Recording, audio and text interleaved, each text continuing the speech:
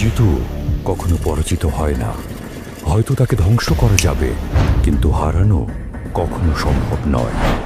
জিতুর রাজ্যে জীবন আর মৃত্যু এক, কারণ সে গুন্ডা। জিতুরে বলিস তোর আব্বা আসছিল, যা।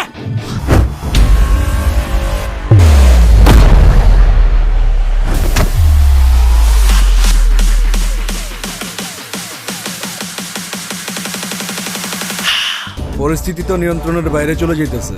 জিতুকে আজকে আমার বাসায় পাওয়া যাবে। ফালায় দে। বাইরে হাসপাতালে পাঠানোর ব্যবস্থা কর।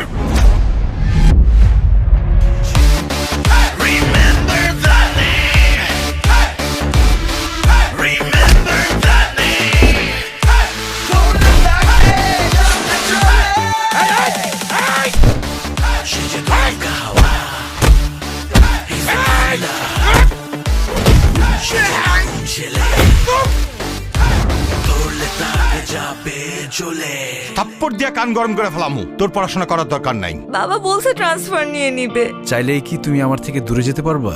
তুমি তো আমার অক্সিজেন। অক্সিজেন ছাড়া মানুষ বাঁচে? আমার সব ভাবনা জুড়ে তোমাকে রাখি খুব আদরে,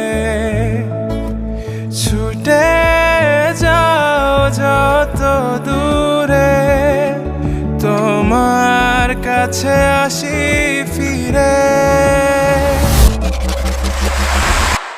জিতু, আমি না একটা বিষয় খুব সেলফিশ, আর সেটা হলো তুমি। দেখো ঈশা, আমাদের বিচ্ছেদ মেনে নিতে পারি, কিন্তু একসাথে থেকে আমাদের দূরত্ব আমি মেনে নিতে পারবো না।